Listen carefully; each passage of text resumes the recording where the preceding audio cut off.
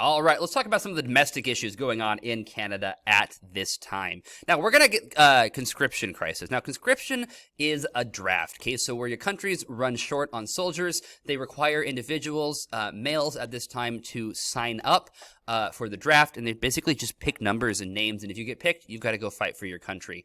Now, this is going to cause a number of issues because oftentimes people don't want to be conscripted and go fight in a war where they could die when they ultimately don't want to be fighting. Now, conservatives are going to push for a conscription in 1942. Okay, so on 1942, the conservatives in Canadian Parliament are pushing for conscription. The King in the United Kingdom is ultimately going to delay this until 1944, and he's going to do this because he realizes this is not going to be politically expedient. It's going to cause a major problem, and right now we really do not need any domestic issues going on. We need to make sure we're comfortable at home so we can fight and defeat the Nazis and the Axis abroad. Additionally, the Canadians were signing up at really, really large numbers, so they did not need to have conscription up until around 1944. Quebec, the French-speaking part of Canada, is particularly opposed to this conscription. And the Prime Minister of the United Kingdom, Prime Minister of Canada, King, does not want to incite them because, again, this is not the time to have a domestic incident going on. There is a bigger crisis. Let's worry about the bigger fish in the room, and then we can come down and take care of the smaller one. So he is going to back down.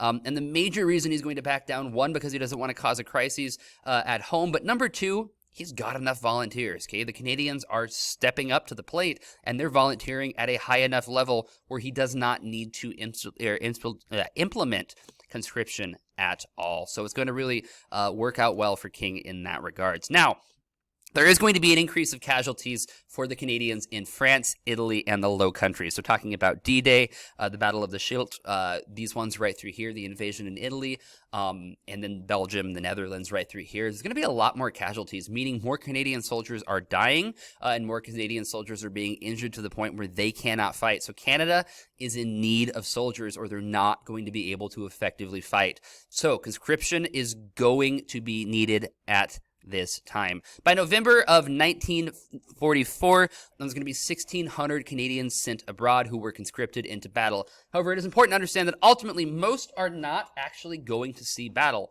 There is going to be a number that will, but they're not going to do that. It is also important to understand that a lot of Quebecois, okay, those from Quebec, don't actually challenge this due to domestic issues going on at home. They've got bigger fish to fry in Quebec. They're worried about fixing that. They're not really they don't really have the ability, in all honesty, to challenge this on a broader level, and thus they don't.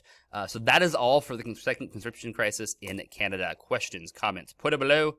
Otherwise, I shall see you later.